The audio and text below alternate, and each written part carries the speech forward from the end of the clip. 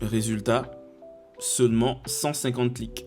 Oui, je sais, c'est pas facile. Et c'est à ce moment-là que je me suis rendu compte d'une chose, c'est que entre regarder une vidéo et faire l'effort d'aller cliquer sur un lien, il y avait déjà une énorme perte. On passe quand même de 300 000 vues à 150 clics. Ensuite, il faut prendre en compte un autre détail, c'est que comme je l'ai dit, j'ai seulement la version iOS de disponible. Donc, on va seulement considérer qu'une partie de ceux qui ont cliqué sur ce lien avaient un Android.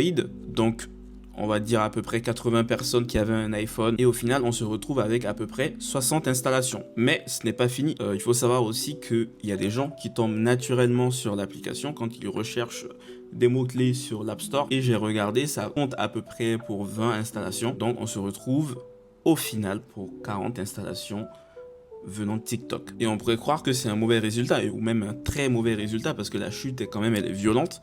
Mais moi, je ne le vois pas du tout comme ça. C'est justement ce qui rend intéressant d'avoir des chiffres et des statistiques sur tout ce tunnel de conversion, c'est qu'on a énormément d'axes d'amélioration actuellement et on peut exactement savoir d'où vient le problème. Alors j'en ai repéré 3.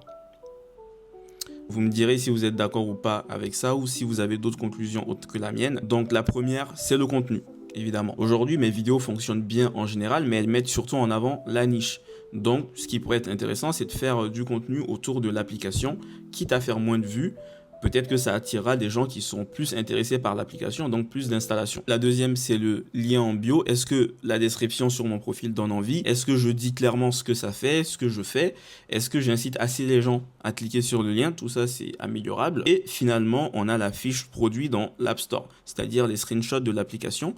Quelqu'un qui clique sur le lien est automatiquement convaincu en voyant les captures d'écran de l'application.